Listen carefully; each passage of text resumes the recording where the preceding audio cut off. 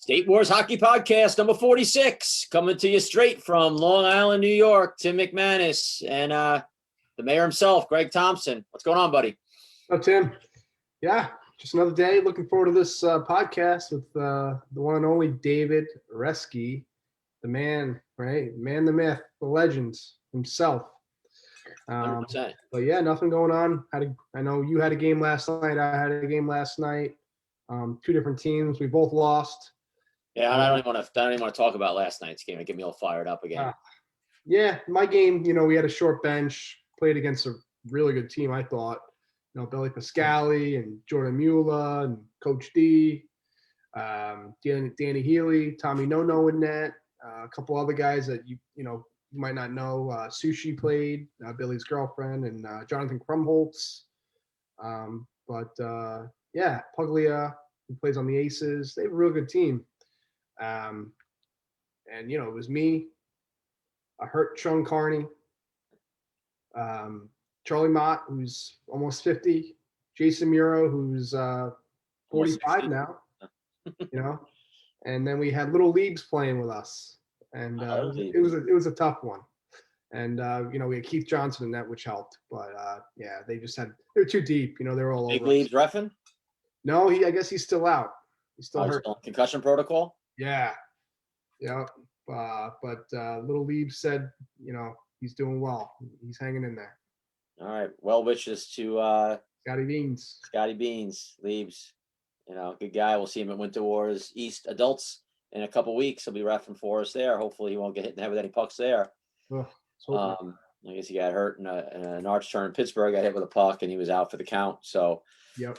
We had a game last night too. Like I said, it was aggravating, one of those games. So I'll throw that one in the garbage from last night. Lost a couple hours sleep on it already. So, me, I take these games to heart still. So forget about that one. But excited about today. I mean, all the guests we've had, this is our 46th episode, believe it or not.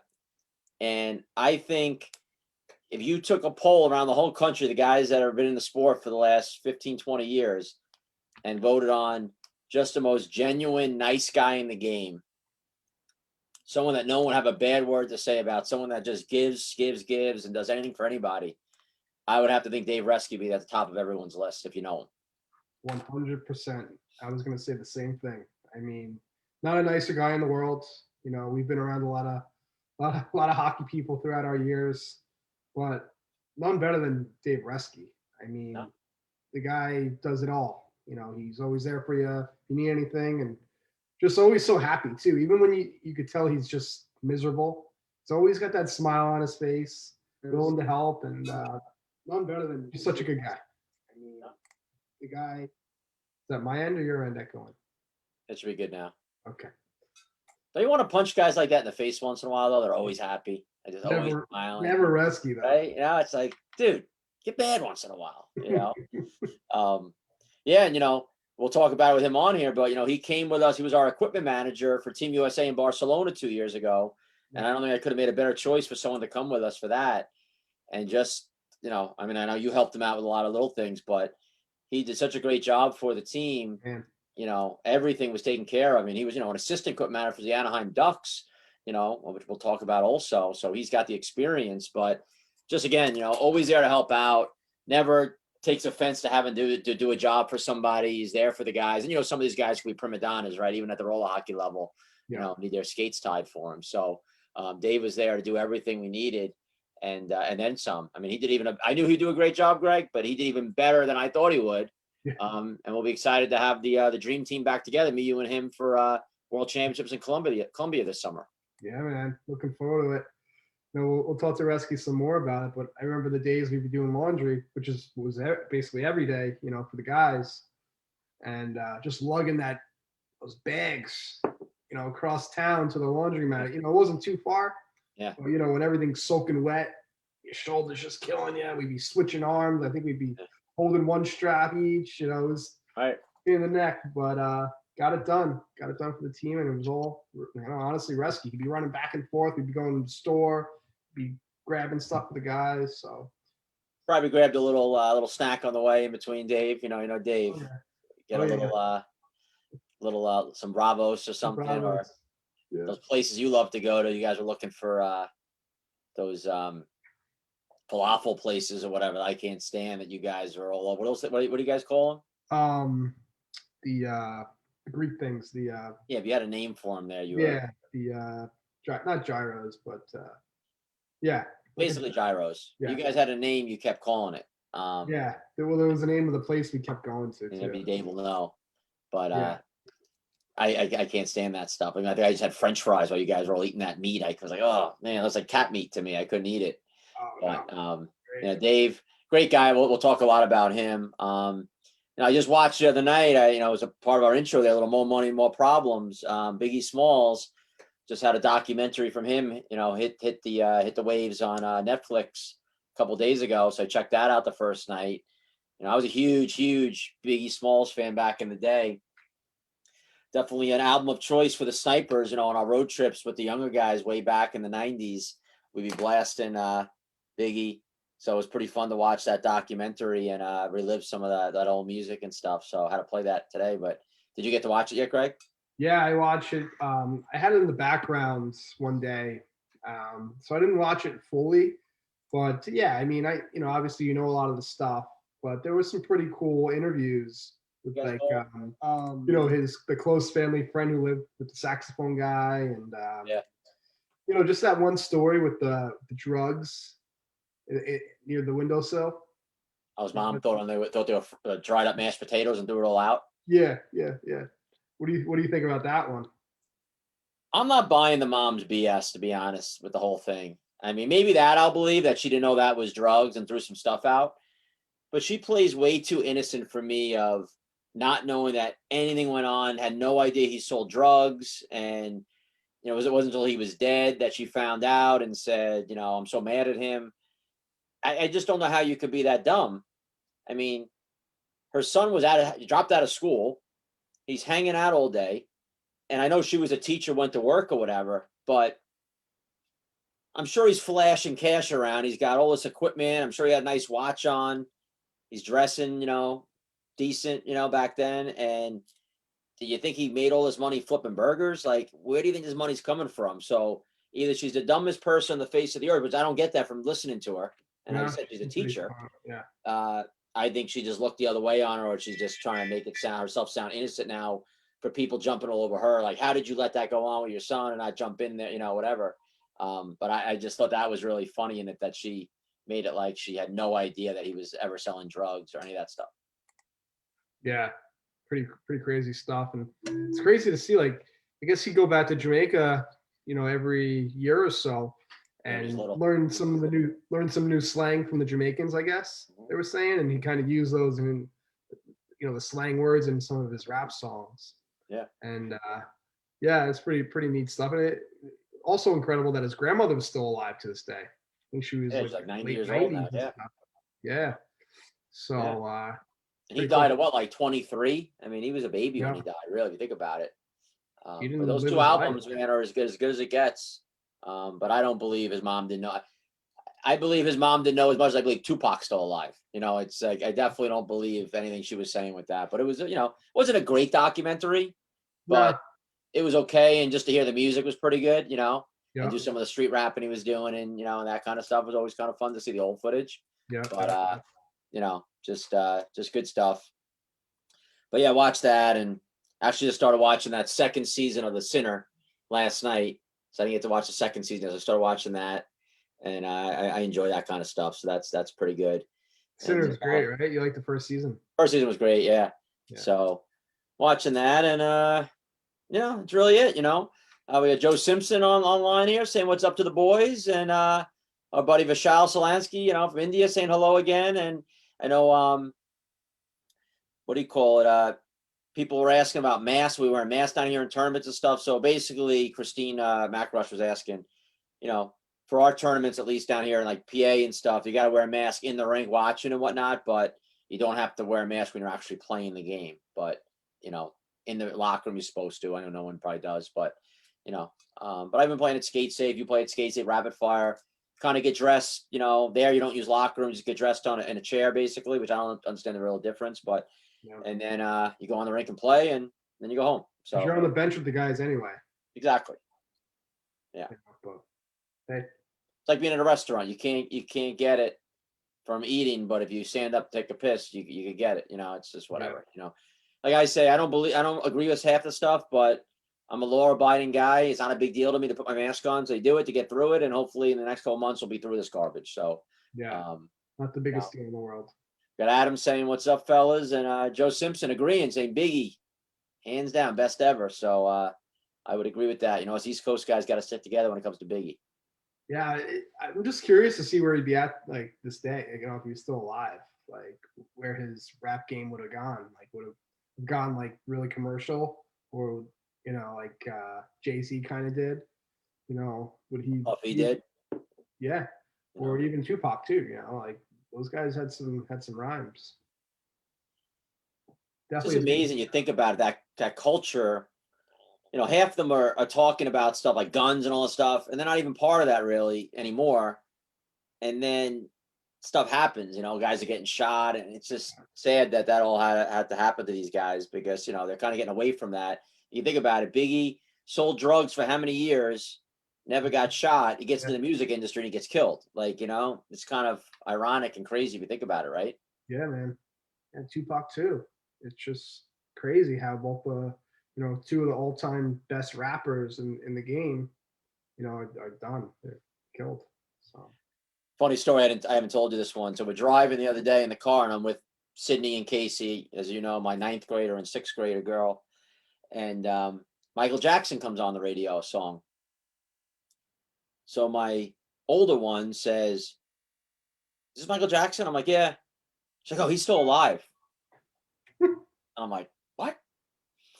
And then Casey in the back seat's like, "Yeah, we saw a thing on TikTok or whatever. He was at his own funeral. They have pictures of it or whatever." And I'm just like, right, Janet. "Yeah, right." I'm like, he wishes he was still alive. Like, what would he gain out of faking his own day? I go, guys, every famous person is supposedly still alive. Jim Morrison's still alive. Elvis is still alive. Tupac's still alive. The only one that was the opposite. They always said Paul McCartney was dead when he wasn't. Like everyone else is still alive. So it's just so funny to me how I think Janis Joplin is still alive. So Yeah, no. I don't know where they got that from, but these kids think that Michael Jackson is still alive. Oh, Michael Jackson looked dead when he was still alive the last few years. right? His jawline was like disgusting, and he was just.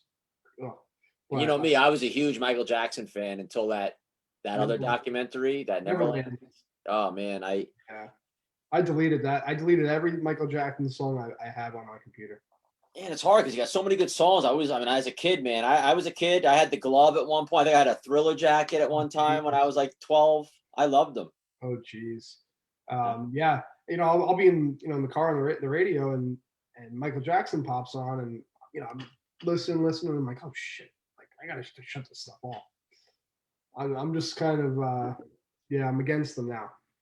Well, unfortunately, if you turn off every song, movie, or sporting event that someone's a piece of garbage involved with it, you probably might be staring at a blank screen, not listening to anything. So R. Kelly too. What's that? R. Kelly. Oh, R. Kelly. He might be worse than Michael Jackson. Yeah. Yeah. I mean, some of the stuff that these guys got away with for years, man. Well, Michael Jackson still really didn't get in trouble. No. No. When you're dead, I guess. What are you gonna do to him? Yeah. But R. Kelly, man, that guy, he's a sicko. He's a creep. Yep. Locking these girls in his house and rooms and stuff, and just really. And what's scary about it, how he would girls would fall for it. Like he'd take them backstage and then convince them to come back, and then they turn against their parents and they're staying with him and they won't even answer the phone. And then he's keeping them in a room. Yep. I mean, I can't even get my wife to clean the dishes half the time. I don't know how he has these control over these people. It's just amazing to me how they get all caught up in these cults or with these music, athletes or whoever. They're so amazed by them. Yeah.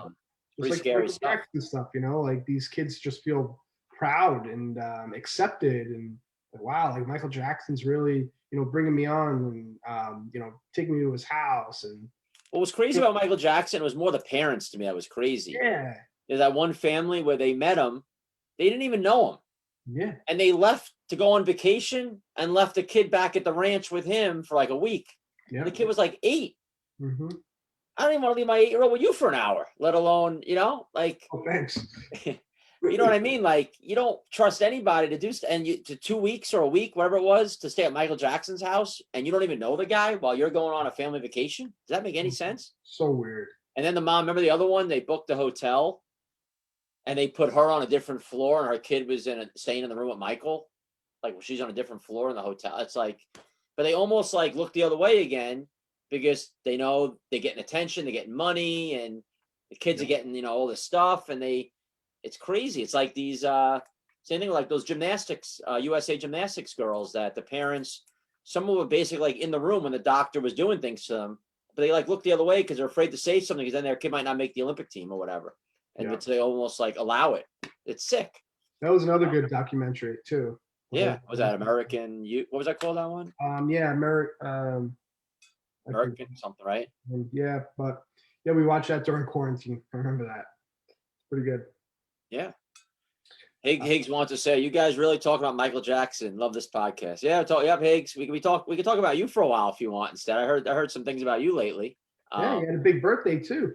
Yeah, big birthday. You got a lot of things changes going on in your world, I see, Higgs. So Pablo Navarro, him and Dave Hammond, they're in the middle of the earth in Ecuador right now doing their thing with their camps with the Palma Golden Knights organization there. I saw Hammond's last post. It was a video. It was a live video. They were in the middle of the world. They were sitting at the line at the equator. Oh, that's where they were? Yeah, it's pretty cool. It's amazing. I think I've told you this before, but the first junior world championships that I remember that Sean McGrath from our team actually went to in 95 or 96 was in Ecuador. Really? And it was basically like a rink like by a volcano or something. They had, it was crazy. I remember saying we're going to Ecuador. I'm like, Ecuador, play roller hockey? Like, that's what world championships were for the junior. Back then, probably wasn't really developed as much. So yeah, that probably would have been a weird ass trip. But yeah, cool. Yeah, Sean went to play with them. I think Mike Volpe went, and Ernie Hartlieb, I think, went, and I'm not sure if Deskins might have went. Like a few of the Michigan guys and a few of the Missouri guys, like Palzak, and forgot who else went from the Missouri. It was like a couple Missouri, couple New York, couple Michigan, and maybe like 2 Beach Boys kids from California. They went, and Scott Acangio coached them. Yeah, I do remember that. That's cool. Yeah, Sean, he's always up for a trip. He's everywhere, that guy. Speaking of the Snipers, pretty excited, Greg. I want to talk about the exciting news Snipers have going on right now.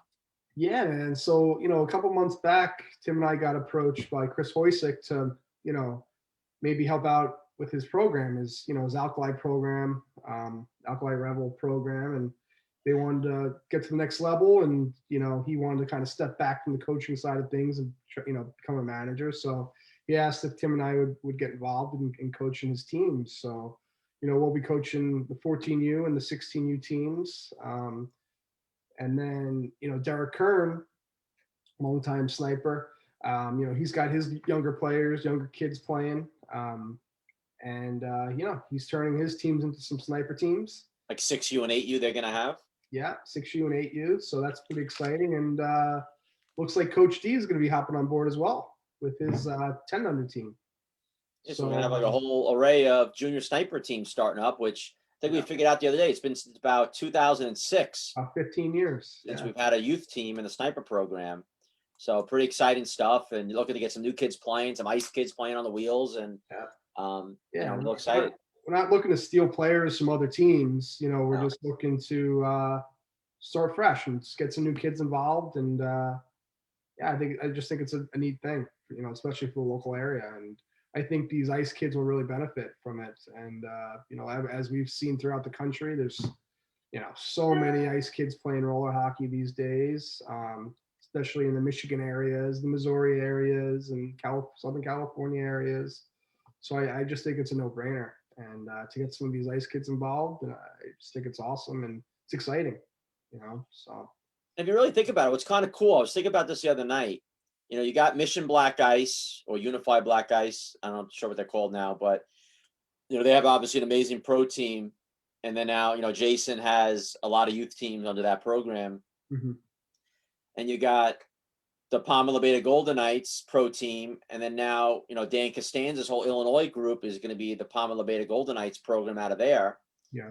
And I think CJ Yoder is starting to back up again, getting their junior tour mudcat program together out in Colorado. And now you have our team. So it's kind of cool if we think about it. That's really how it should be. Like these top pro teams should have a program below them, Yeah, the Roadrunners do have some youth teams as well. Yeah, Roadrunners had for a while. Yeah. So any other? The Inferno, obviously. Iska. But Iska, yeah. Iska, Inferno, Liberty's got some, like a junior team. But it's kind of cool if you start getting an organization going for these kids, just some guys for them to emulate. And, but way back in the day, it was always fun when we'd be at a tournament, all the kids would come watch the team play or whatnot. Yeah. So I can envision at State Wars, a lot of these younger guys now really paying attention to the Sniper Pro team even more, which is kind of awesome to really look up to these guys. And, I'm excited for it. Yeah, it's going to be cool. And just looking forward to, obviously we had some practices, some, prelim skates, stuff like that, but really get into the nitty gritty with these kids and, working on things. So it's going to be exciting.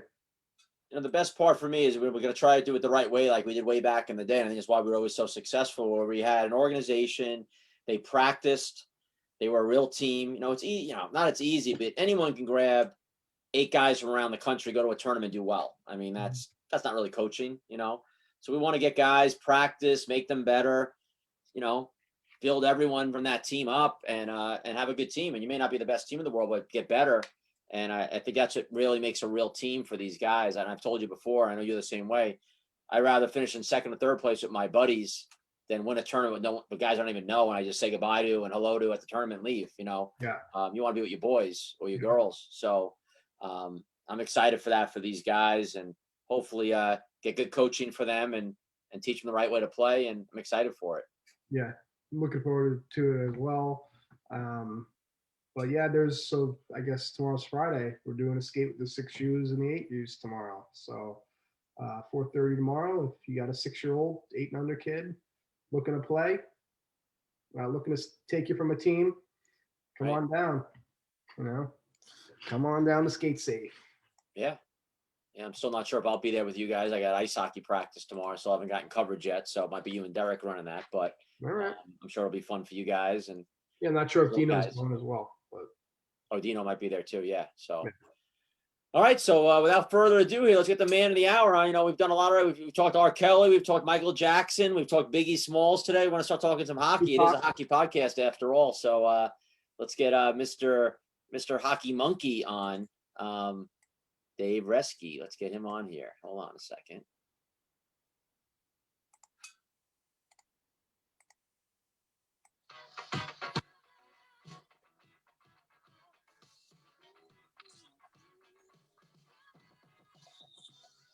Here he is.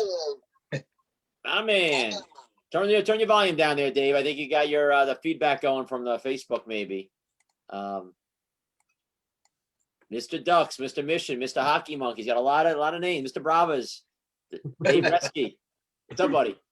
How you guys doing this morning? What's up, David? Hi, Gregory. Hey. Doing good. How you doing?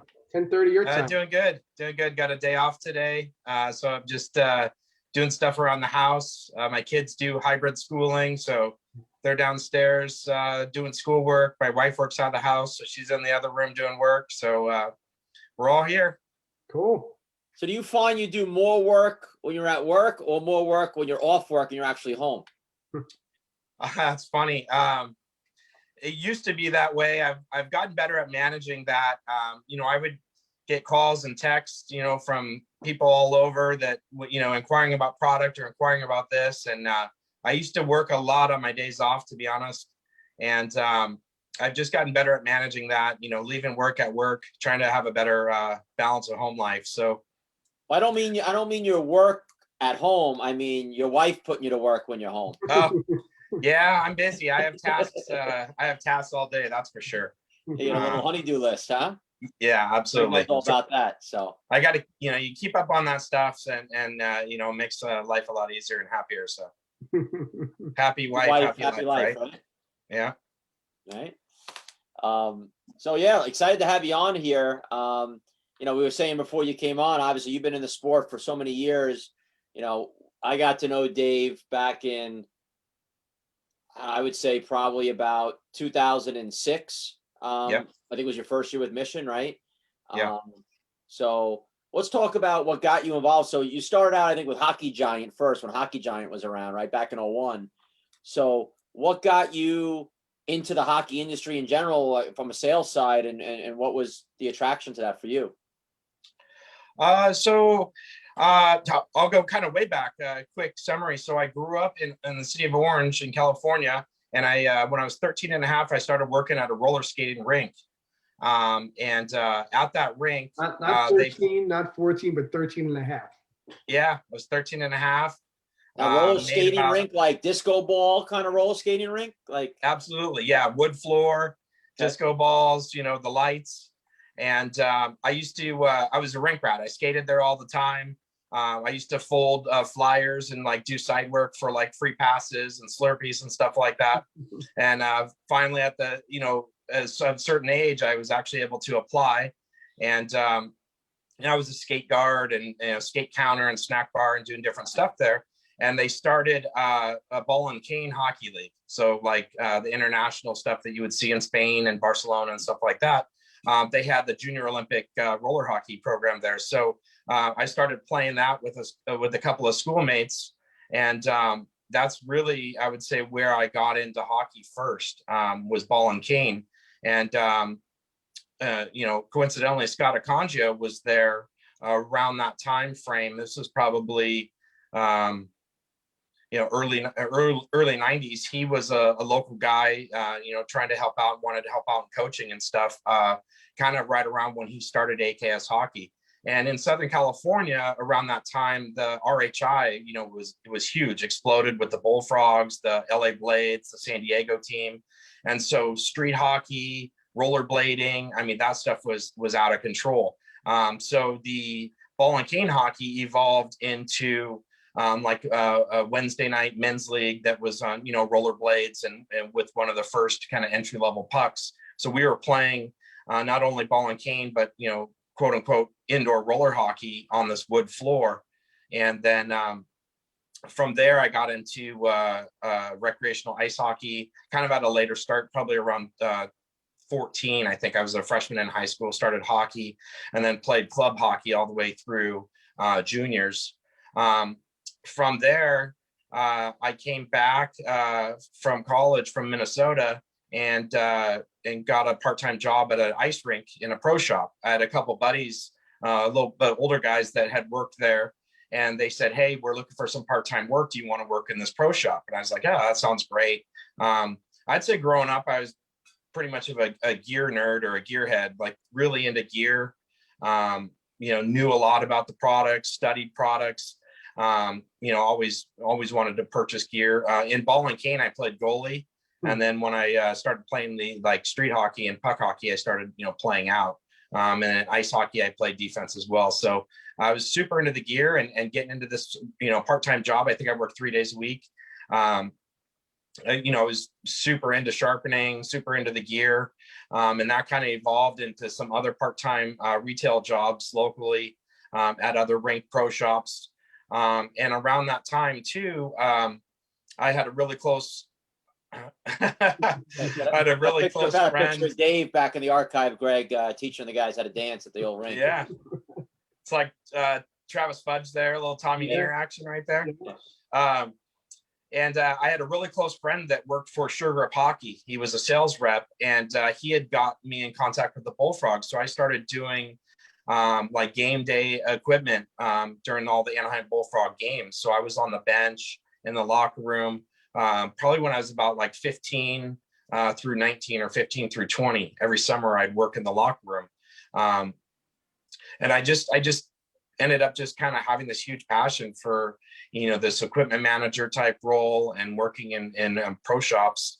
In 2001, I took a job at Hockey Giant in Anaheim, California, and became an assistant manager right away, and then ended up being a store manager where I was overseeing 2 shops, one inside of a roller rink, the Irvine 949 Center or the Ducks rink, and then one inside of the Ducks Anaheim Ice. And I co-managed both these shops I'd be at, sharpening skates one day and changing wheels the next day, and I'd bounce back and forth.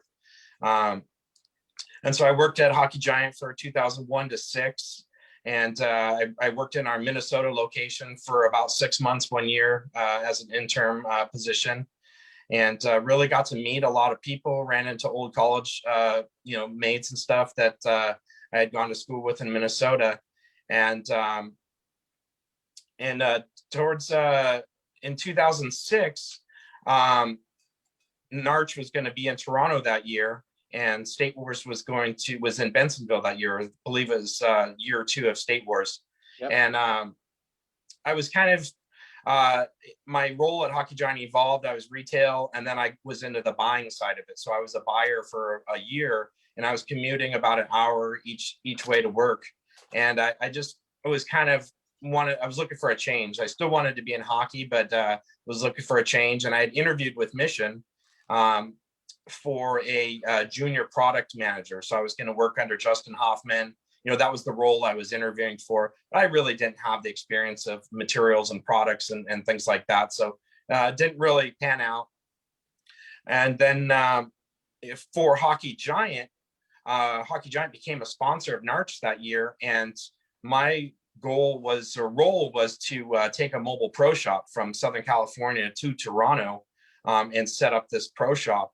And about 3 weeks before I was to go to Narch, I got a call from Mission, and it was like, "Hey, giving you a call. We got a position that just opened up. Are you interested in it?" And I said, "Well, yeah, absolutely." And I said, "What's the plan?" And he's like, "Well, you got to start in 2 weeks, and then a week after that, you're going to Toronto for 3 weeks, and on the road for the next 6 months." Yeah, in Chicago for 2 weeks. And I said, "All right, sign me up. I'm in." So Who made that call, Dave? Sean Riley. Sean had given me a call and said, "Hey, man, I'd known Sean since we were like 15 or 16 through hockey and things like that." So he had called me up and just said, "Hey, I got this position. He's like, I got to know like today or tomorrow." And I said, "I'm in, I got it." And so, I turned in my 2-week notice at Hockey Giant, unfortunately, and said, "Hey, I've got this opportunity and I'm going." So I started. Nice young Dave, huh? You don't have to ask anybody. You just do what you got to do, and right, you just say, "Yeah, I'm in." Not checking with the wife or family. You're just like, "All right, I'm going. Let's go." I'm going. This is what I wanted to do. This is where I wanted to be.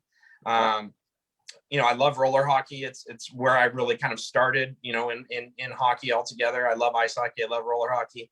And I said, "Man, this is it." It's a smaller, it's a big company at the time, but it's like there's so few positions to get into that. It's like I wouldn't want to pass that up. So took the role, got in the first day, and it was like, okay, for the next 5 days, we're packing pallets. We're doing, this is what we're doing. We're going to Toronto, and we're putting on a show. And so we did that the first week, and traveled out to Toronto. Had a great experience there with and that was my first Narch event I'd ever been to. I never played tournament roller hockey.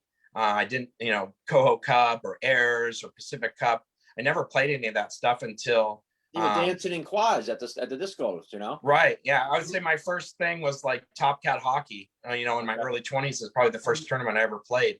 So when I got to Narch, I was just blown away.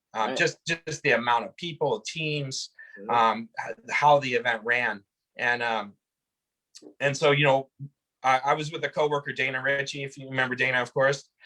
He and I were sent to Toronto. We ran the booth, and then it was like, "Hey, let's go to, now it's time to go to Chicago." And when I got to Chicago and to Bensenville Arena, it was such a different feeling from the Toronto event. It was such a great feeling.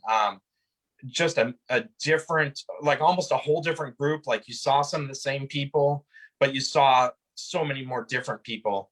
And I just fell in love with your guys' model of, State Wars, of team specific, the many different levels, the light shows, the production. And it was, everything was thought out, and, it was a great event. I remember that the first year going for sure.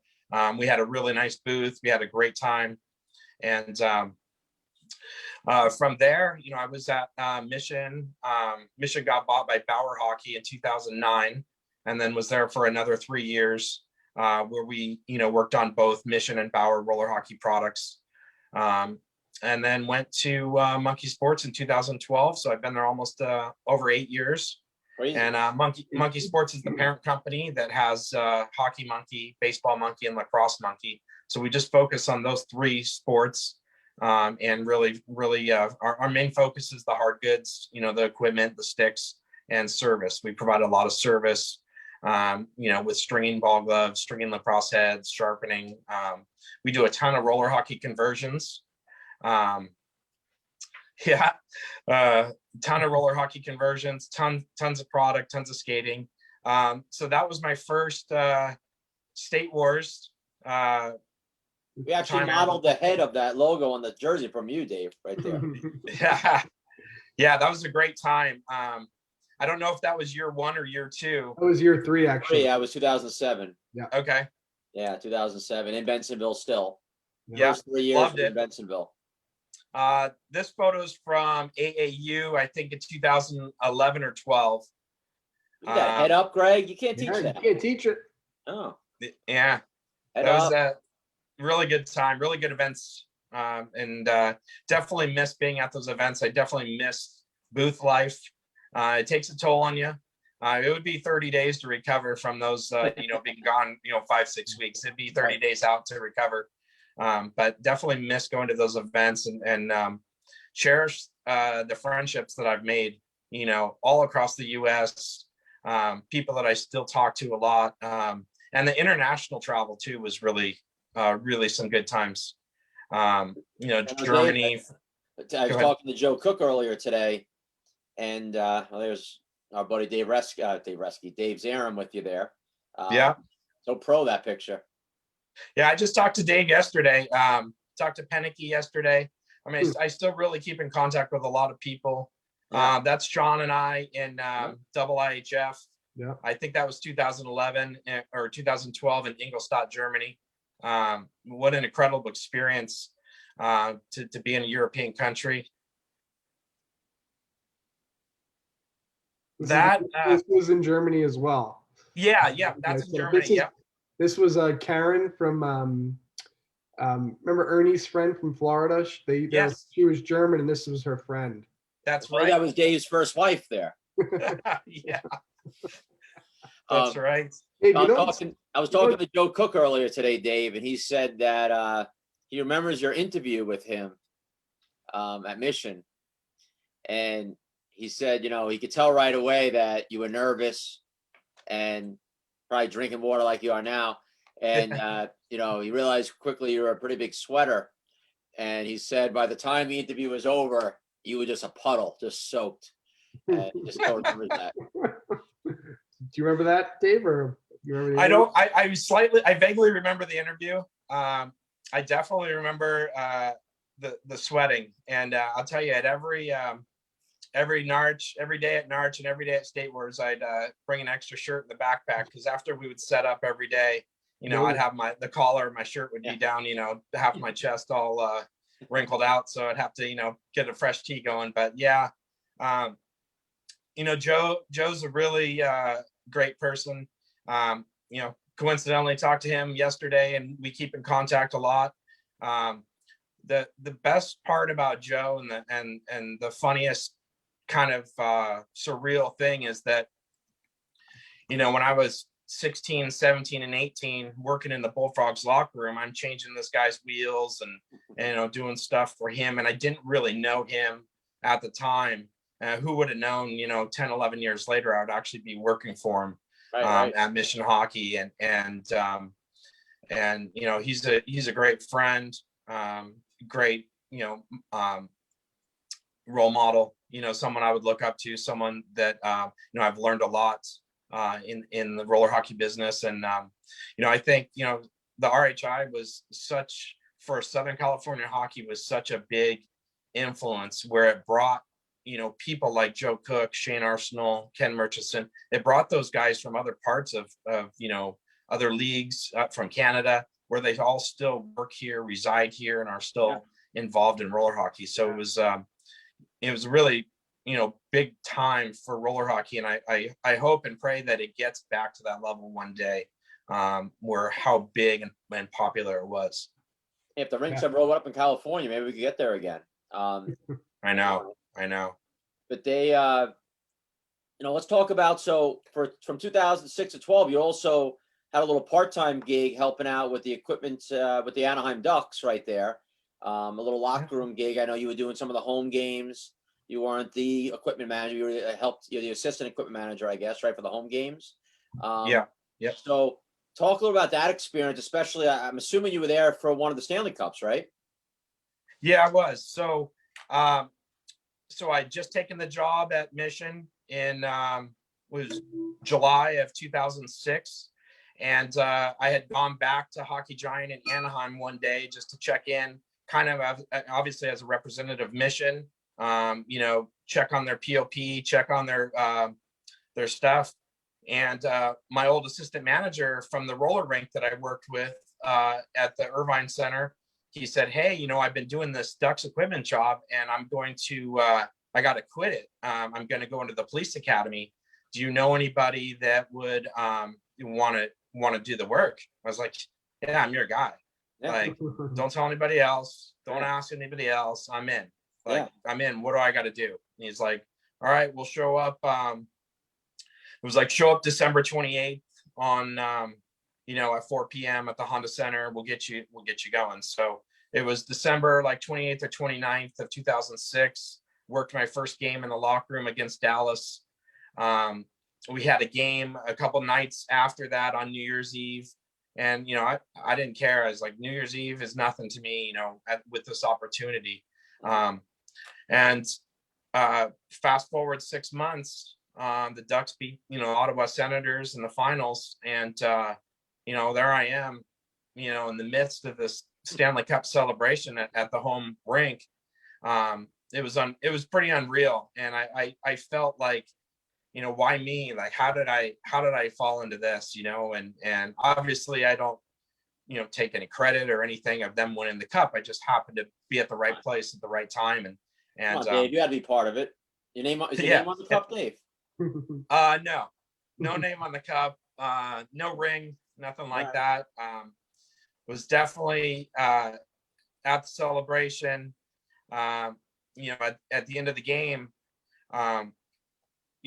we didn't know what to do because we had a routine every game, right? You clean this up, do this, and there's gear all over the ice. It's starting to get kind of like pandemonium. And I'm down in the tunnel in the locker room itself, and I see someone with like Chris Kunitz's jersey on and Chris Kunitz's helmet on, and they're like walking around.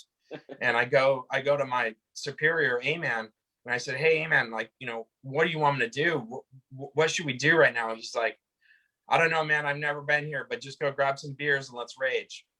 So I said, "Okay, all right." Do that. So we go to the fridge. Like, there was fridges in the coach's room and stuff that we had to stock with beers and waters, Gatorades. So we go in there and we start, depleting the beers there. And I'm back and forth from in the tunnel onto the ice, on the bench area, just watching, because the players at that time, are all with their family on the ice and everybody's down. And the locker room, they got the plastic up in the locker room, champagne bottles going. It started getting like pretty crazy. Timo Solani, like, he had his gear on the whole time until like probably 1 a.m. Wow. He had his gear on, just relishing in the celebration. He had a huge fan club. He had a huge fan club there. So all these people started like getting in the locker room, and it was like what you see on TV, a shoulder to shoulder. I snuck a buddy in. One of my buddies was there, so I said, "Hey, meet me at this elevator. I'll meet you there." I pull him into the locker room. Next thing you know, he and I are getting beers poured on us out of the Stanley Cup from George Peros and Sean Thornton. And they had this little cheer. They're like, "Tim wants a drink. Tim wants a drink." Right. And they pour it. So they knew my name, obviously. They pour the drink on, and my buddy Blake was next to me, and they're like, they didn't know his name, and they're like, "Somebody wants a drink. Somebody wants a drink." So they pour the cup on them, and we're crushed, so it's getting late. It's probably like 1 a.m. and there's an after party outside till like 3 or 4, like all night long. There's this huge tent set up outside. And so I'm like, oh man, I started to realize like I got work tomorrow. This is crazy. So I call Riley and Joe, and they're in China, and I call them up on the cell phone, and I'm just like, hey guys, like I'm probably gonna be late tomorrow. It's like, is that all right? And they're like, they just laugh so hard. They're like, dude, just enjoy the night. Don't worry about it, right? Like it's once in a lifetime thing. And so they just chuckled, and they were having a good time. They've taken plenty of days off for a lot less reasons than that. So I got the hall pass the next day. Ended up leaving about 4 in the morning, or whatever, 4 or 5 in the morning, and it was an unreal experience. I really learned a lot from catering and working with NHL athletes, and I was able to bring a lot of those traits and things I learned to the Mission Pro team and to the stuff I really enjoyed, being at the tournaments, supporting the athletes and the teams. That was I was in charge of like about 4 different aspects at Mission, and it was team and athlete events, marketing, and R&D. And I really my passion was being with the team and the players, and gathering new players from across the US. That was something that I was tasked with. It's like at that time, I'd go into cities like New York and St. Louis, and there was tour everywhere. I mean, it was Midwest, big area. Yeah, it was the Midwest, and it was like, wow, like I'm going to infiltrate these areas. And I would say those are two states that I heavily worked on to try and get players to switch over. I'd say one of the most influential events I went to was the NCRHA event, both in St. Louis at Madison Square Garden, and also the one in Feasterville, where hockey, the college roller hockey. Yeah. One of the most influential events where I was finally connecting the dots and saying, oh, there's Greg Thompson. Oh, and he also plays on the Snipers here. Yeah. Or, there's Talo on UMSL, and he plays here. And so I was able to really see the crossover. Now I've been exposed to NARC, State Wars, NCRHA, and really getting them a grasp for who's playing where and who's what. So I went heavy after the St. Louis market. Lindenwood was untouchable, I knew, with tour. So we went after UMSL and sponsored them right away. St. Charles Community College, and then started focusing on different players, Gouge or Fudge or George Collins, or different influential people. We were looking for influential guys that could help spread that brand in other areas. And then fast forward to New York. One of the first times I ever went to Skate Safe, there was this young kid that just popped up. He knew my name, I didn't know his name, and he was just talking and asking questions. Well, it's Chavo, and he's about 13. And the only person I really knew there was John Mosenson and you guys. I was just getting to know the Snipers, Pete and Greg and Susko, and starting to get to know different guys. And that was when I really started a sponsorship relationship with John at a super young age. And then it, went to the 495ers, and then it went to, I got to know Tony Bianco in the pro shop, and just different little influential people that really has amassed to a lot of different people around the ranks. And so I focused heavily on those 2 areas. And I remember, Timmy, you would give me a call and say, hey, like the Snipers got like, 2 sticks for, 14 guys, and, Mission Pro teams got, everything, quivers of sticks. And, I took that to heart, and you were right. You guys were supportive since '96, and I really took big strides to really make your guys feel more part of Mission, and try to do, and I incrementally do more and more for you guys every year. And you did a good job at it. Yeah. No, and I really like cherish those friendships. I've known you guys a long time, and a lot of people that I've met, really known a long time, and I really enjoyed that. Yeah, so Yeah, no, you, when I first made the switch over to Mission from Tour, you know, I started working for Mission. Reskey and I were actually talking about this earlier. You know, I was a sales rep. I was a sub rep for Yep. Mission iTech at the time, right? come on. 2008 under Uncle Monzi. Yeah. Yep. And Come on. you know, I started seeing the other side of things, which was really neat. And you know, I remember going to San Jose for big meetings and stuff like that. Right, it was right before Narch. Remember that, Russ? We all stayed at the Fremont and we had the meetings and stuff like Yep. that. And I remember that Winter National, I went out and played with the Mission team, and I had all tour stuff then. And I got to the rink. Reskey had everything lined up for me. I had a suitcase, which I still have to this day, elbow pads, which I'm still wearing to this day. You know, everything head to toe. And I remember I got a stick. I didn't really like it at first, and I was trying to use my tour stick. And I remember, I think Sean and Joe were like overseas or something. So Reskey be calling them, you know, Greg doesn't really feel comfortable with the stick, you know, and they'd be like, all right, just use whatever then, or, you know, whatever. But I still remember making my skates in the pro shop, and Reskey, I'm like, oh, Resk, can I use these right away? He's like, yeah, go ahead, just go out there.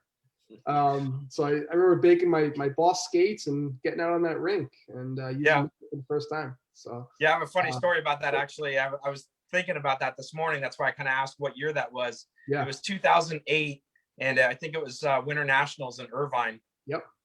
And we had just won pro in 2007 in Florida.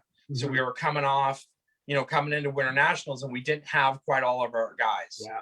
And so kind of back to that St. Louis infiltration, I believe it was you, Travis Fudge, and Bruce. And so you three guys came out, and we picked you up, and we went to Mission. Like I said, we had everything laid out for you. Yep. And I think we played that night. Yeah, it was bang bang. It was yeah. So I remember, and I got lit up. I took one for the team for you, Greg. I got lit up by Joe and Sean. So we get you in the gear, we bake the skates, and I'm like, you know, I'm banking on, hey, we got these St. Louis guys. These guys are, you know, college kids. They're great players, pro players. And I remember the skates, just, you weren't used to it. It was a high-low. It was a different fitting boot. It was everything. And I think you came to me after the first game, and you're like, hey, Rask, I can't wear these. Like, and, you know, and I'm like, you know. The prima donna, this guy, Rask. Yeah, the bosses are out of town, right? So I'm like, all right, well, I want Greg to feel comfortable. I want him to score. I want him to do well while we brought him out here. And, you know, so I'm like, all right, you know, wear the tour skates.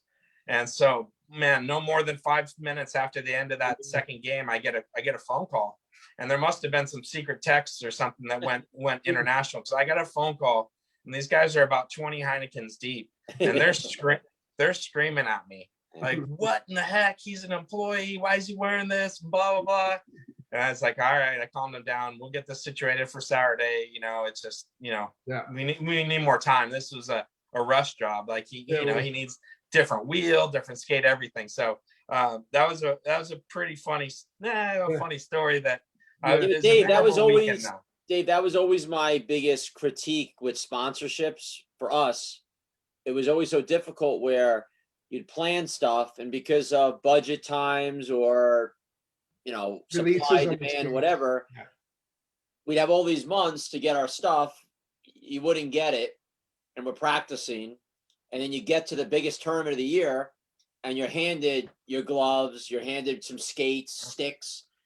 And it's like, hey, it's more important to me to win this tournament than to show this stuff. You know, I don't mind, you know, putting on a new pair of pants or a jersey. And nowadays the gloves are so easy to break in, not a big deal. But to give guys brand new skates and the goalie brand new pads or something, and to just expect on to to play, it was always so difficult. And it was always such a hard situation, you know. I agree. I think over the years it got better, where, you know, it was better timing, better projections, and things like that. Yeah. And it was just, early you know, on. it was learning curve, you know, year after year, and things would get better. And to be honest, I think at one point it just, the pool of players and teams just got so big.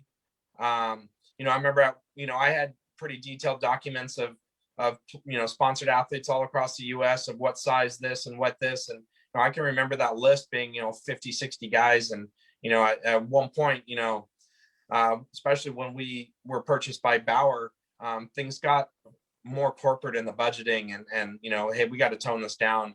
At one point we had 2 pro teams. We had the old guys and the next gen and it was kind of the changing of the guard where, it was hard to cut some of these older guys that were your buddies and true, guys that were so true to the brand. But after one point, things changed and we had to change things, and get creative on how we're going to represent. And that was the biggest challenge. That was the biggest challenge of giving free equipment to people, was managing the budget and doing it properly. It sounds like an easy job, but that was probably the most challenging part of it is well, that brand loyalty, Dave, is always tough. Like I would get frustrated with guys that, let's say they were a mission athlete and they would get stuff for free. And then maybe one time you couldn't get them a stick or something. And instead of going out and buying the mission stick or whatever, the Bauer stick, they would maybe buy a CCM stick or get something else free from someone else and be like, dude, you can't support a little bit the company that's constantly giving you free stuff. You got to buy something, you buy it from them. Like, just give back a little bit. And that used to irk me, I know, a lot as a coach and stuff, seeing how guys could be not as loyal to the brand as they should be, to get in a lot of stuff. But I got to tell you a funny mission story before both you guys' time. So in 1996, I heard this story. We went to Nationals. Greg's been with me so long, he's heard all these stories 100 times, right? It's funny. I was with Charlie Mott last night, and Charlie's like, I got to hear the same stories from Tim week after week. I'm like, well, there's a new person there. He's gotta tell a story to. So. Well, once in a while, Charlie had a story, maybe. So 1996, we went to Usac Nationals. We had a peewee and a junior team, and we were just the Empire Snipers. But we came home the Mission Snipers because we went there. We won both divisions. Mission had just come out, and I met the Burns brothers and everyone there, and we signed the deal basically right there. And then literally a month later, we went to Narch, back in the same spot, the Odeum in Chicago. And now they literally sent us out. I remember at Newbridge Arena handing them out to the guys, because then we went from 2 teams to about 6. They sent us 6 teams worth of skates, gloves, helmets, bags, sticks, like everything you could imagine. Blades. What's that? Replacement blades. Yeah, the shaft, the blade. Sent us everything and gave them all out to the guys. And we went back to Narch then as the Mission Snipers. And we were the first team, obviously, they sponsored, but it was pretty awesome how back then it was so involved and wanted to get going. And we were the ones that were lucky to be there first. So that's they awesome. really took care of us. Yeah, that's awesome.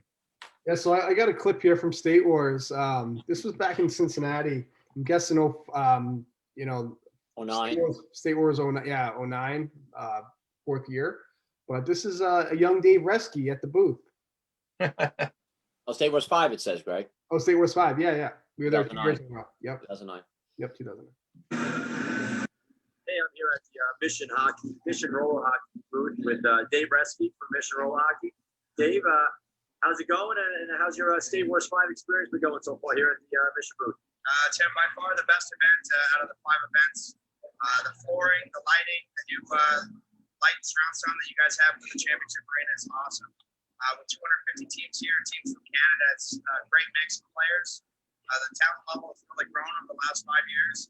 And I'd say the best part right now this year is the vendor area. There's so much traffic here at all the vendor booths. Probably the most vendors that there's ever been at State Wars. Yeah, I was going to ask you, Dave, obviously it's a long, winding summer for you guys. We end the summer with State Wars. What's the atmosphere been like in this building? We try to pick an arena with a great atmosphere for our players and families and, of course, our sponsors. What do you think of the atmosphere in Sports Plus? I think it's been very family oriented. There's a ton to do here for the kids. Most events, people come to the rink and play and go home. Here, there's so much to do with the video games, the miniature golf. It seems like it's a more family atmosphere here. There's food menus. It's a really great atmosphere, and a lot of people are sticking around all day to play their games and cheer on their fellow teammates and fellow state players. Are you getting a lot of traffic here at the Mission booth? Getting a ton of traffic here. A lot of requests here about our new skates and new pants. We also have Bauer skates this year. Bauer inline skates as well as our Mission inline skates in the 2010 model. So a ton of excitement here, and people are very happy to be here at State Wars. All right, awesome. Well, Dave, obviously, we love having Mission Hockey, and especially you here. I think you do a terrific job with Mission, and I know there's a lot of exciting things in the works with Bauer and Mission, and look forward to a long, long relationship with you guys. And have a great rest of the event. Sounds great. Thanks, Tim. Hey, Dave, that was 11 and a half years ago. You don't look a day older. That's, My hair looks good in that. yeah, that's pretty good. I wish I had that. You know what's kind of crazy to me? You've been at Hockey Monkey longer than you were at Mission already. I know, and Yeah. it's gone by so fast.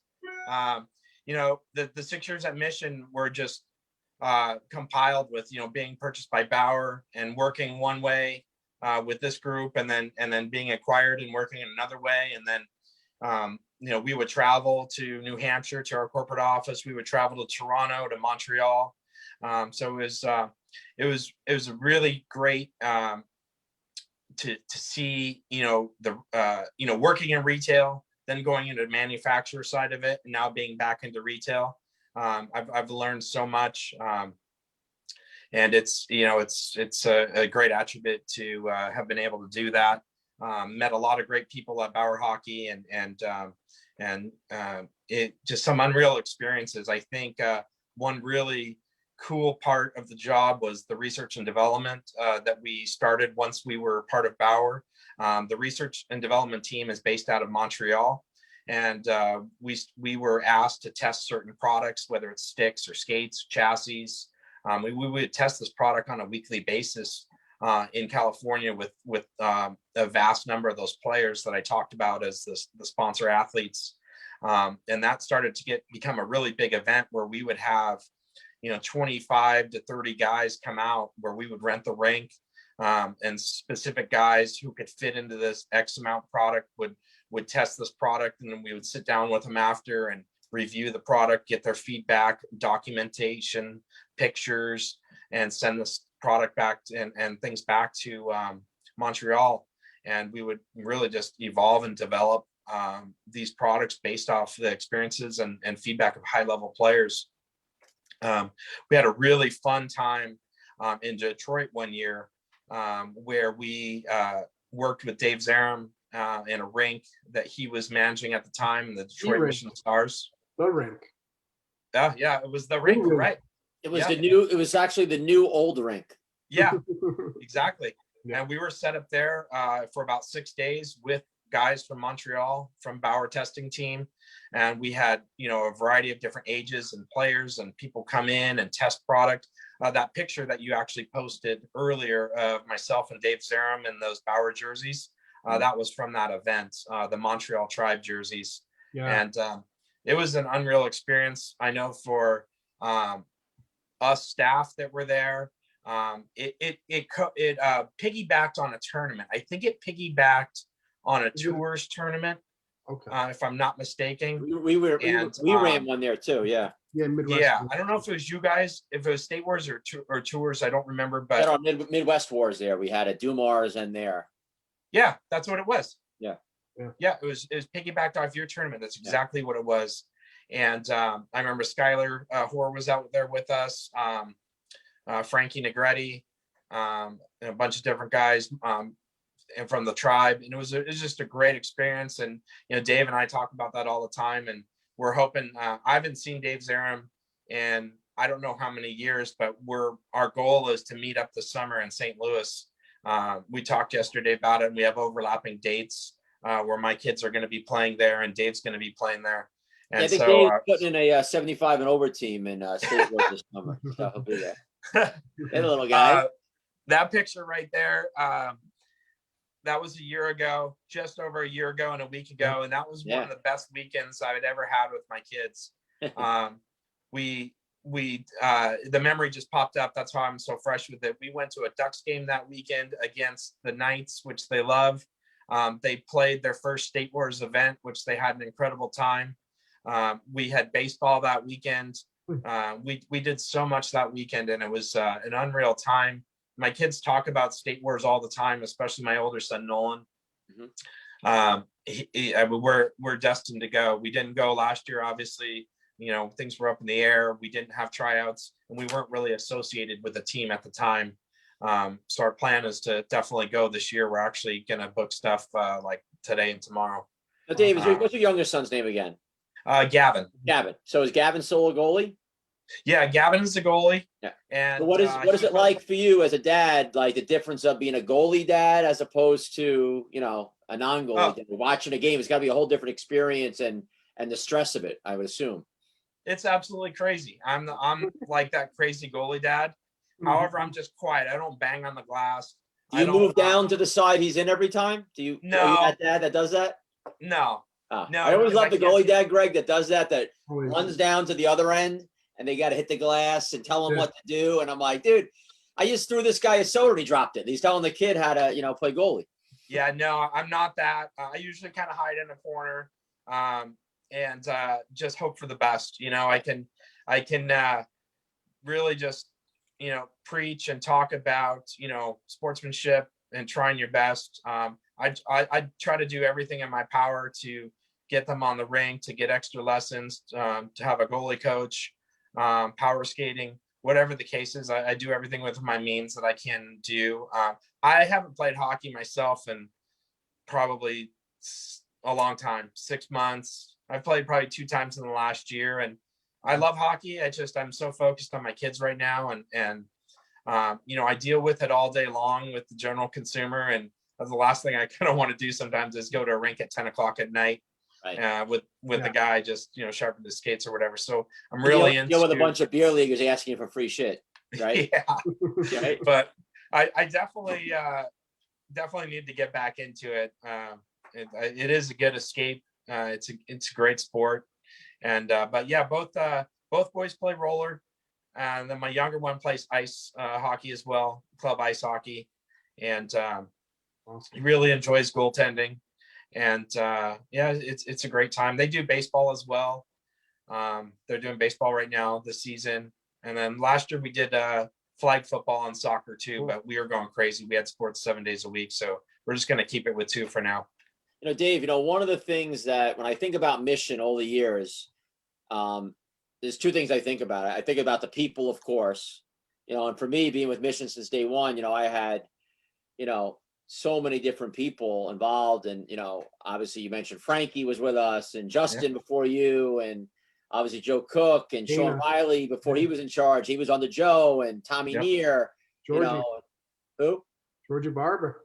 Nick Barber. Nick Dowling. And, Jay Russell, Jay Russell. There's been so many great people, and you guys always did such an amazing job at the booth and stuff, and guys like you or Tommy, just the personality and how amazing the experience was. I remember our guys would go and they would just feel so welcome.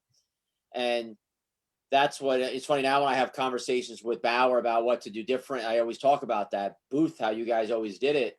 Now Tor's starting to get better at that now too with their booth, I see. And Joe, obviously, when he started working with Alkali, he brought that touch a little bit because he had done it with Mission. And you guys just always raised the bar, I guess. And it was so great because it made everybody else raise the bar on their end.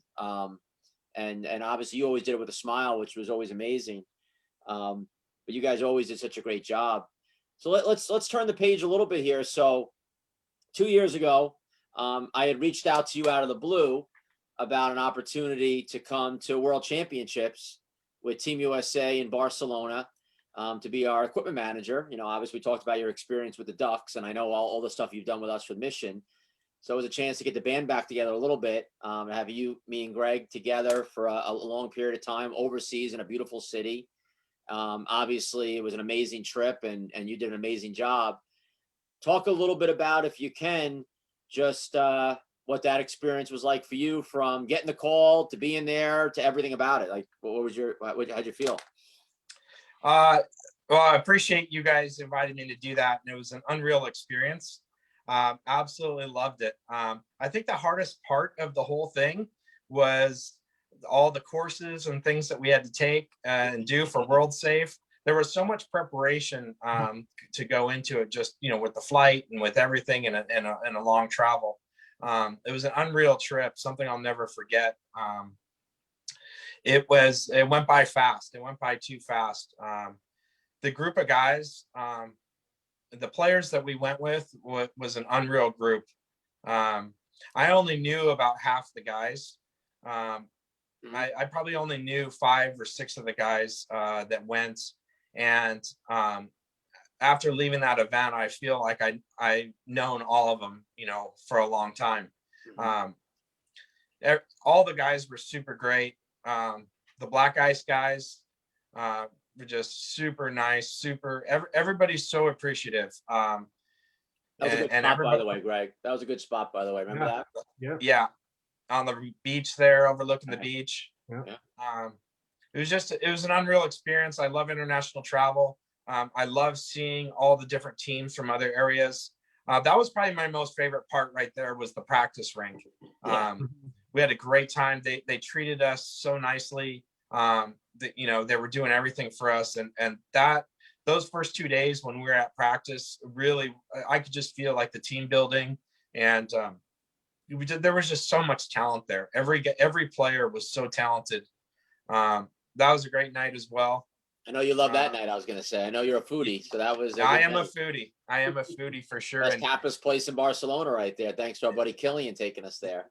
Yeah, Killian was a great guy. Someone that I knew Slide Sports from Mission and working with them, and it was great to finally meet Killian. I remember Greg always talking about him when they played together, and he was a really great person, very kind person, and showed us around. And I would say the most negative part about that trip was that fitting shirt on me. Those things, that was like a bodysuit, and especially when you're sweating, you're a sweater, so those things. Oh man, that polyester, yeah, that arena was pretty awesome. My kids were so jealous that we got to go see the soccer field. Yeah, the turf wasn't down though. They were redoing the turf, so that they take the turf out like 3 days a year, and we had to be there when the turf was out. I would say my only regret is if we could have done more stuff, sightseeing and stuff like that. But really, with our schedule, and I think our game schedule was great. Yeah. It's hard when you're international. We're waking up and your family's going to sleep, and you're trying to time these calls, and you're after 10 days you're starting to get nagged when you're coming home. That kind of stuff. It was it was just an unreal experience. So, and I think I hope we provided the best platform for our players, because the success was there, and it shows that we were able to pull girls, guys, and I think the Team USA really represented it well at that event. I thought the arena was great. I thought the facility was awesome. With the exclusion of the one night with the rain. Oh yeah. Rain inside. But, no better facility than right there on, was it the Mediterranean Sea and Alibaba Kebabs. Yeah, kebabs, that was our spot. Yeah, I hated that. Yeah, you did. Reskey and I loved it. I see these guys eating this stuff, and I felt like it was almost like in that Indiana Jones and the Temple of Doom, where they're eating like the monkey heads in that one. That's how I felt there watching you guys eat this stuff. Like it was like, I can't even watch you guys. Just like a gyro, chicken, lamb, Yeah, I'm not a fan of those kind of meat. That was a great beer that we were drinking at the hotel. That was like 2 points or something, or two something, right? It was great. That hotel was awesome too. Like, we had great accommodations. I thought everything from the travel perspective was really well done. Yeah. Charlie, did a great job managing, and he's Dave? He's a great guy. He's so, you think of East Coast, right? You think of Charlie Skrilla, right? Like he's great guy, character. I was thinking before when you were talking about having the beers in the coach's locker room and everything with the Ducks, I was just thinking about, so it wasn't a big deal. My request was always, I told Dave, we got to have cold beers after every game. And if there's a victory, we invite Charlie down. We got us three, him, and we have a beer together in the locker room after every game. And what we were going to do, which we thought was pretty fun, but we weren't sure how we could handle it, was to get a beer from every country of that team we played. Oh, wow. Italian beer, remember if we beat Italy or whatever? Yeah. So that beer after every victory definitely tasted great, and nothing better than that beer after beating Czech in the gold medal. Yeah. Oh, yeah.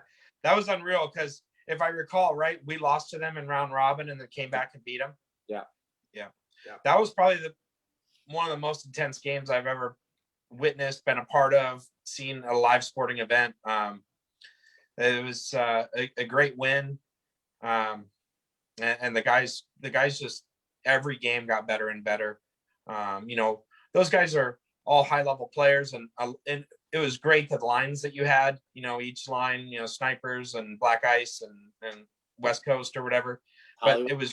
it was great because you had different pods of guys that always played together, and then to bring those three kind of pods together, I thought the chemistry was pretty unreal on the team. I mean, we just had every role player. Yeah, I think from start to finish, from the city we were in, the accommodations, to how the team got along, to obviously winning, to everything about it. I don't know if you could have put together a better trip if you planned it and wrote it out, right? I mean, it was just perfect. Right. Yeah. How about the grocery stores, Resk? We take a daily trip over there, get the guys some Gatorades and water. That one was huge, Greg. You know that one in the middle of the mall, Yeah. that place? Yeah, it was in the mall. And Yeah. Rusty and I would go there all the time and get Red Bulls for the guys or Gatorades and waters. But we bought those coolers that were leaking. Yeah. I think my shoulders just recovered from carrying those laundry bags. Yeah. I swear, I think I tore like a rotator cuff or something because that thing was heavy. What Yeah. about that laundromat though? It was so narrow. Like you couldn't go in there today with the COVID restrictions. Like there'd be one person only in that place. It was such a little crammed in little spot, like with two machines, and Dave knew which machine he wanted, where it was. Like, it was, we had it dialed in. Yep. And talk about sweating. Oh my gosh. Oh. It's It was bad. hot. Yeah, it was hot. But no, we had some good meals and Potato Bravas, right? We every meal, that was our little app. Yeah. paella and And then we had that Italian joint every night after the games. We found that spot. You guys stayed open till like 2 a.m. for us, and you had the Heineken starting to pour before we even got there every night. And I think I had chicken parm 5 nights in a row. pizza was I'd great. die for that. I'd go back any day. Yeah. I enjoyed the first night play. That restaurant we went to the first night, it was really good. Oh, with yeah. the long tables and I thought you played it well, Tim, too. Is like, the camaraderie and sportsmanship and like the bonding of the team like progressed daily, right? The first day it was like, okay, you guys are kind of on your own. We got some hard practices, and then it just rolled into just continued day after day, and the guys were doing their volleyball and doing their things kind of on their own, and then they would take the preparation and the time they needed to get mentally ready, and they just like we just had like a pro group of athletes, and it just the whole thing, I think, from the fundraising to your communication and your message to the guys and your expectations from both you coaches, like I think it was just really well put together. Thank you. yeah, and it's really honestly that's a difficult city to behave in. Sure. It's one of the best cities in the world, and one of the biggest party cities. So to have these guys kind of take a step back and realize what we were there for, kudos to the players for understanding and taking that all in. Absolutely. Well, it's nice because you saw the youth and energy of these guys, where instead of thinking, oh, how are we just going to drink all day, they were playing volleyball, rollerblading around town, hanging out at the beach a little bit, going for a swim, coming back, and almost like kids, just doing that kind of stuff, which I thought was really nice. And for us, I didn't mind that walk every day when you could walk through a beautiful beach like that to go to a hockey rink. I mean, it was a pretty great setup we had there, and it was pretty awesome. At first with our schedule, because our game was at 9:30 every night. Yeah. At first, I thought we kind of got stiffed, right? And like, all right, we'll put USA at the end, and stick it to them. But in reality, it gave us all day to prepare. Rest And the rink was hot, so it made it cooler because the sun was down. Yeah, and then the guys could focus on, okay, hey, we got a mainstream game tonight, and we win, and we go on to the next day. So I enjoyed it. I enjoyed the schedule because it allowed us to Greg and I to do work in the morning and get things together, and allowed you free time to work on other things that you were working on. And it just the schedule I think worked out. Like you said, it was like a fairy tale. It was like it couldn't be written any better. Resk, how about after the first game, you set up the nameplates, whatever, and we forgot them. Forgot them in the locker room because we weren't staying in the locker rooms. Yeah. So we lost them after game one. Yeah, I wish they would have given us. I don't know why they jumbled the locker rooms so much. Maybe there just weren't enough to give us stationary rooms, but that would have been nice to be able to just have our stationary room where we were lugging that stuff and changing it around. And it was good though. I think the staff at the facility were accommodating to us, and I think it was well managed. Yeah, that's the one nice thing with IIHF is when you get your own locker room the whole time. Like in Slovakia, we had our own, and it was a nice one, and we had a coach's room and a trainer's room, and the guys could obviously leave all their stuff, and we could leave all the equipment and food and everything in there and drinks, and it made for a lot less back and forth, but you make do, and you guys both did an amazing job with just that kind of stuff that is kind of away from my specialty about handling all those little things that are big things to the players. Because Dave, whether it's an NHL player or roller hockey player, these guys have their little things about them, and they need things done a certain way, and it throws them off if things aren't done a certain way. And you adapted really quickly to realizing who's the bigger prima donna here of who, and who needs this tape, who needs this color, who needs that, and who wants the Red Bull, who doesn't like that flavor Gatorade. So you caught on pretty quick, and which guy to take the red M&Ms out of the bag for. Exactly. And that's stuff I learned in the NHL locker room. This guy uses this specific tape, and this guy does, this, and this guy does that. And you pick up on those things, and you get a guy that's sour. I mean, he's going to let you know about it. One of those more prima donna players, or those high expectation players. I mean, they're going to let you know about it if it's not done right. And I'd seen that over the years. I'd seen that at the NHL level, and so you learn from that, and you learn to essentially make no mistakes and do it right. Yeah, we were pretty fortunate though with the guys we had. No one was really. Yeah, we had good guys. Dave, the only thing was, Dwyer's headpiece we couldn't throw in the dryer. Oh, that's right. I remember we threw everything in, and we're like, oh man, Dwyer's dryer piece for his helmet. You're digging through these dirty jerseys. Can't dry that. No. Yeah, air dry. So Dave, all your years you worked in the Ducks locker room, was it like the movies? Did anyone ever throw a jock strap on your head or anything when you were working in the Ducks locker room? No. The players, the players for the most part were super respectful. There's different roles in the NHL locker room. There's there's the DJ that controls the music. There's the guy that controls the whiteboard, for the money. There's the guy that hands you, your tip or whatever at Christmas time or at the end of the season, that kind of liaison. And those guys were super respectful to me, and just calling you by your name is a great form of respect, because sometimes it was buddy or pal or big fella, where they didn't really know you or care to know you. But there was a couple guys in there that were really super special, super nice to me. Pat Maroon was with Anaheim, and there was just a couple of games that I got to work because it was kind of towards the end where I was more on a fill-in basis. But there was a couple games that I got to, see him in the locker room and interact. And another guy that I interacted with a lot was Bobby Ryan when he was there, and actually got him to come out and skate and do some of that R&D testing that we spoke of earlier. And we got him equipment and we really got him dialed in. So he was a really good guy to do that kind of stuff with. But yeah, I just had an unreal experience. If I could have done things over again, I probably would have wanted to do that job professionally. It's a single guy job. That's a hard job with a family and kids. And that's where I stopped working in the locker room.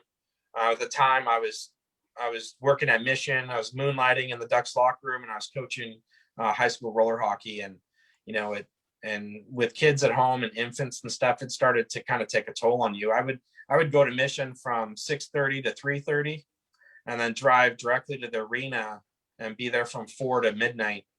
And then go back to Mission at 6:30 the next morning. So sometimes I wouldn't see my kids for, a day or two on end, or, 36 hours or so. And I didn't want to miss out, on opportunities and things like that. But like I said, if I was that's a lot of travel, and it's a lot of hours. But ideally that's what would have been my dream, job is to do that professionally. Right. Yeah. That's gotta be a fun job for sure. If you can't play in the league, at least be in the league somehow, right? That's right. Awesome. Well, you did a great job in Barcelona for sure. And, hopefully we're going to have you with us again in Colombia this summer when we go for the repeat of our gold medal end of the summer here in Colombia for World Championships. Nice. Yeah, awesome. So you got any questions for him? Anything good for Reskey right now, Tim? Yeah, so we do a little thing, Dave, where we talk to some of our people and we ask them some questions just to get to know them a little bit. Throw a quick answer out here. So Sure. I know some of these from being with you and stuff, but we'll start out. So you more of a call or text guy? I would say text. Texter. Yeah. Beer or wine? Oh, beer for sure. Favorite city you've traveled to of all your travels internationally and whatnot? Man, that's a tough question. Barcelona's definitely got to be up there. Unreal time. And Hong Kong. Barcelona and Hong Kong would be my most favorite cities traveling. Quick story, traveled to Hong Kong one year for the Hong Kong Cup, which was a roller hockey tournament there, had about 40, 50 teams. And Kirk French came out to work with me, as well as Frankie Negretti. So the three of us were out there. And it was just an unreal experience, eye-opening experience. It was like a movie. I mean, it just, we were gone 7 days, but only slept there 5 nights. And, it was just a 14-hour plane ride and really rainy weather and stuff. But to go there and see roller hockey from all different venues in different countries, Namibia, UK, Taiwan, Japan, China. It was a really great experience. And the nightlife's crazy. When you were in Hong Kong there, Dave, even way back then, you see a lot of people wearing masks? No, very few. Very I know few. in Asia, it was always been a big deal. Yeah. This was probably 10 years ago. It was very few at the time, but unreal experience. Definitely to go for specifically for roller hockey. Okay. From our times together here in New York, if you had to choose, Carmine's, Peter Luger's. Luger's for sure. That was a great night, fun night, and man, I'll never forget it. It was. And one year you came out, we talked about Dana Ritchie earlier. He benefited from being your sidekick. He just came out and all of a sudden he's treated the Carmines one night. Peter Luger went to that club with Shear, right? Like he was treated like a king. And, I don't think he ever had a better week than that, Yeah, it was a great time. New York was fun. I think I made 2 trips out there. Great rink. Was it the Melville Diner? What was the diner? Glenview? Melville. Melville. Melville's where Skate Safe is. Yeah. So yeah. Nothing like a good diner at 1 a.m., right? Some French fries and gravy or something, right? Yeah, little pizza, little diner. It was a good time, good experience. What was a worse Mission product? Oh gosh, the 3-finger glove, or the chassis they had with those little shocks on the back. Oh wow, that's a great question. I'd probably say the Vibe chassis, just because I had so many components and parts, and sometimes, if you weren't maintaining it, they could fall off or whatever. I think there's function in that 3-finger glove. It's like in a baseball glove. If you, however you hold, if you put 2 fingers in the pinky slot, or if you don't, you do get, a better grip. The Vibe, was really preemptive to things like Mars Blade and sprung, chassis. I mean, is So really heavy. preemptive to. That skate was so heavy with that chassis. I remember. So heavy, Yeah. yeah, because there was so much metal components on there. I have a box. The mindset there. I might have a box of 3-finger gloves still. I could never give those things away.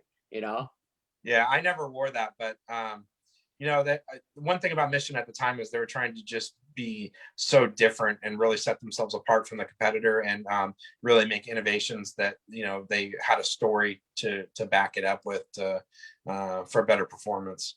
Yeah. So what do you prefer if you had a choice, working in the retail industry or working for a company doing the booth life, being around the teams or whatever? If you had a choice, salaries are the same, time are the same, what would you be doing?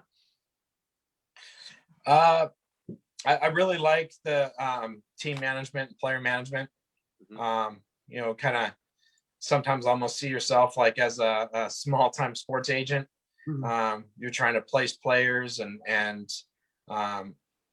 really find, sometimes when we had so many athletes, you're trying to find homes for them and trying to find teams and things like that. I really just enjoyed managing the athletes and managing the product. I thought that was a really fun and rewarding aspect. Greg, anything from you? Yeah. So, what is your favorite beer, Resk? You like? Oh man, purple I'm guy, super you into like dark IPAs. beer? Super into IPAs. There's actually a lot of ones from New York right now. KCBC and Bolden. And I like all kinds of hazies and IPAs.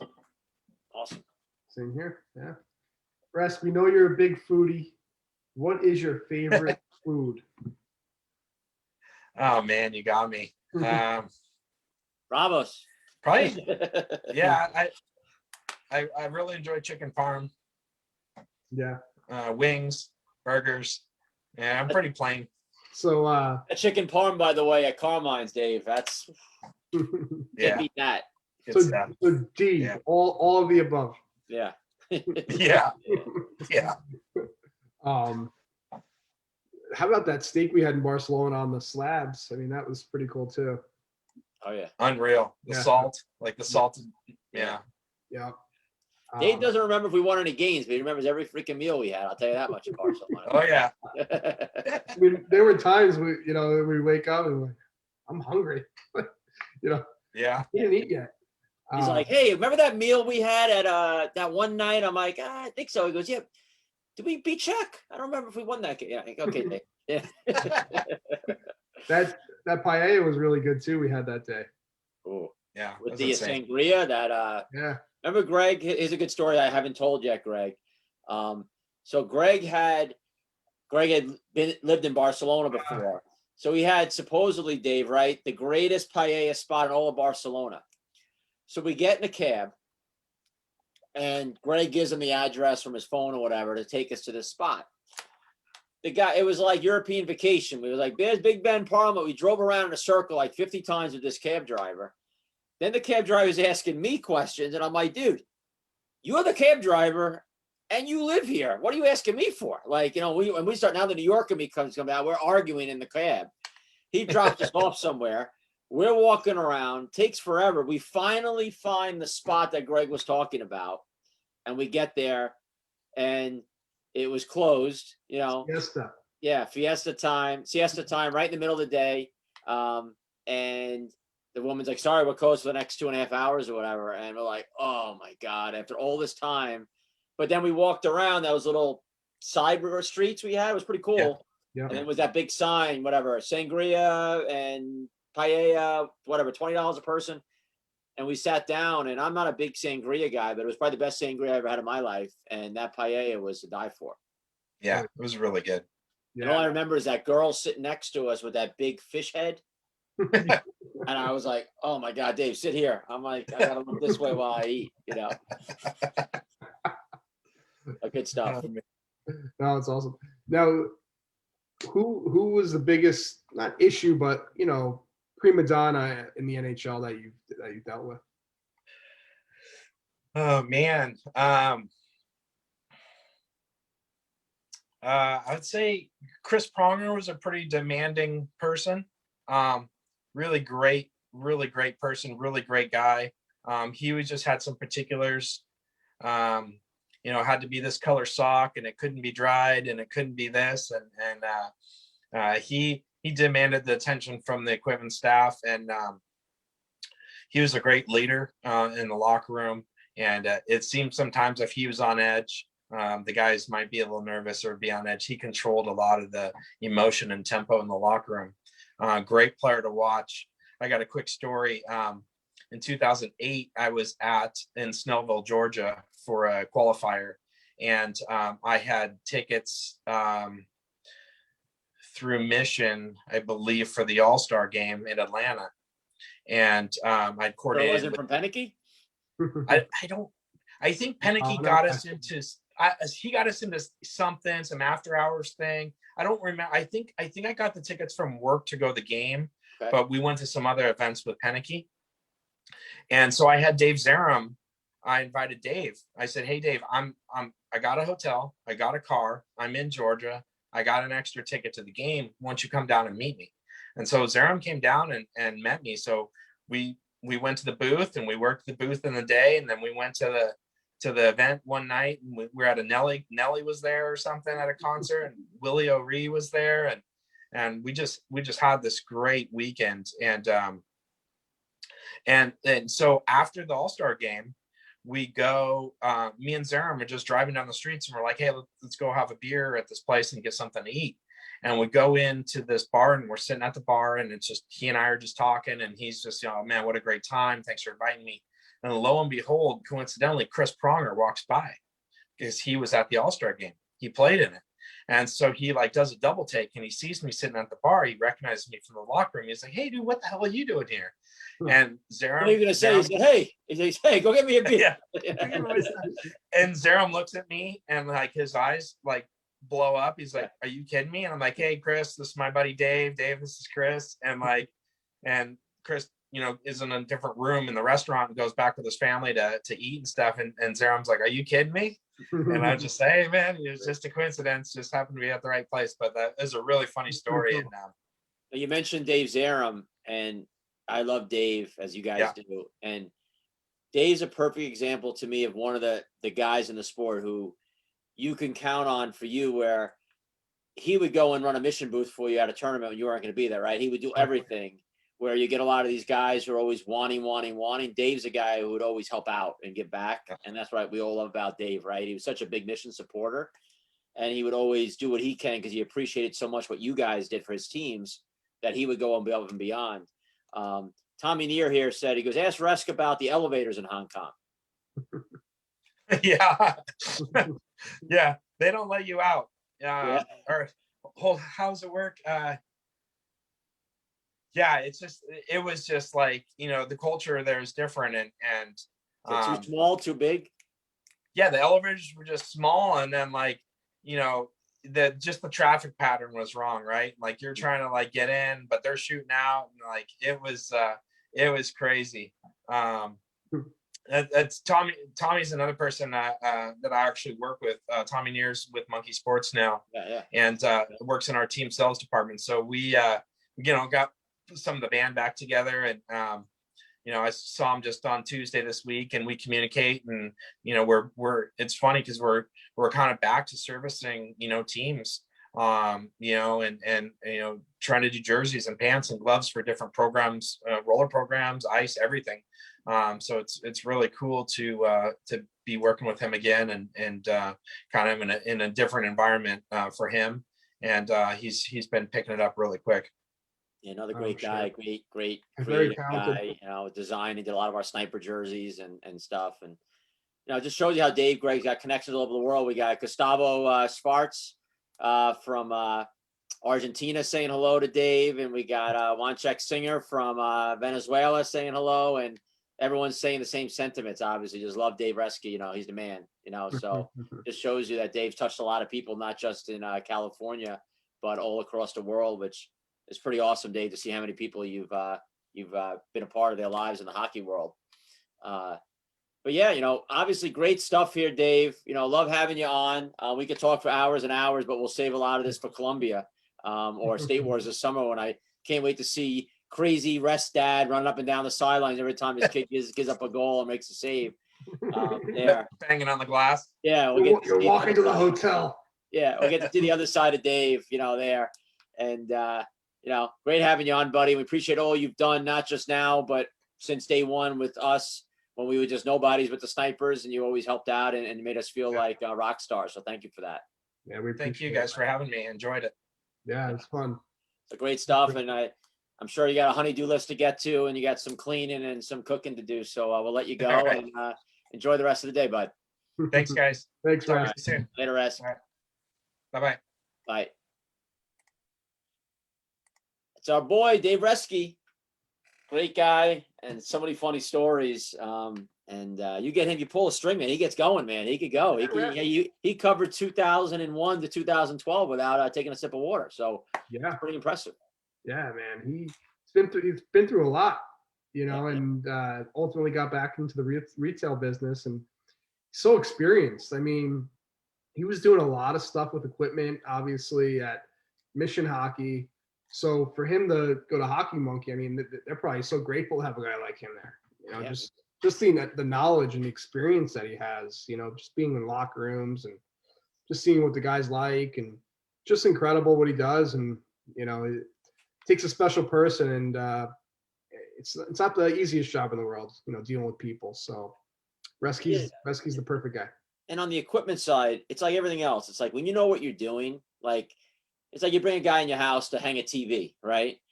If you and I do it, it might take us 12 hours to hang the TV. Guy that comes and knows what he's doing. He a couple extra holes. Yeah.